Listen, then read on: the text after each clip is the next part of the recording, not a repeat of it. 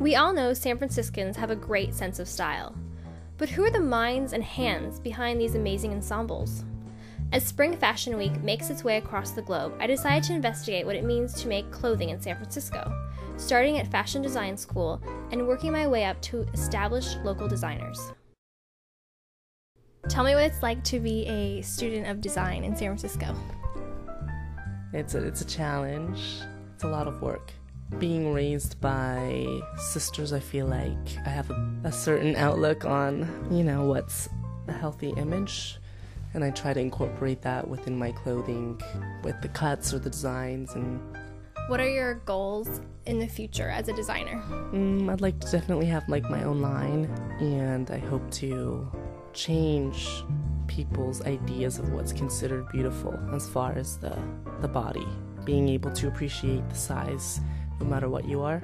I don't want to promote any end of the spectrum, small or big, but rather what size you are. I discovered after working for a San Francisco designer, Giordano, that I really like the way fabric drapes and playing with fabric, and I really like three-dimensional aspects in my piece. I didn't do a lot of little crafty things in my senior collection, but I'm just starting to head towards that direction too. I like to play with raw edges and layering. And I created what I like to call the exterior dart detail. And a dart is, what makes the garment fit your body, I guess. Is how you'd best explain it if you don't know. And so I took that shape and, put it on the outside of my garments and created all these folds and pleats from that. So giving it a 3D aspect. I started Glennon Constance, and I guess I just really started it because I didn't have anything else to do.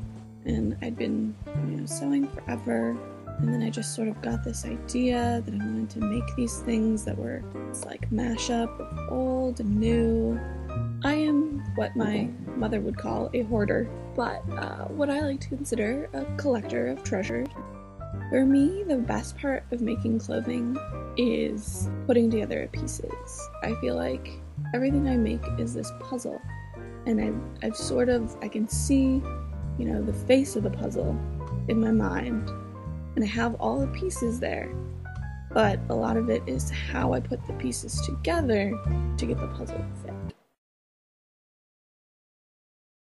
We're transitioning the line to almost 100% organic, and beyond that, that's very important to us. We make everything in San Francisco.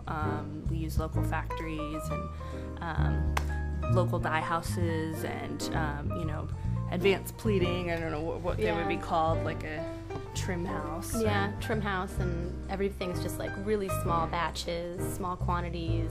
The ladies we work with, we adore them, and I feel like they really come to take us as someone they really want to succeed. So it's almost like a little family we've actually created with who we work with.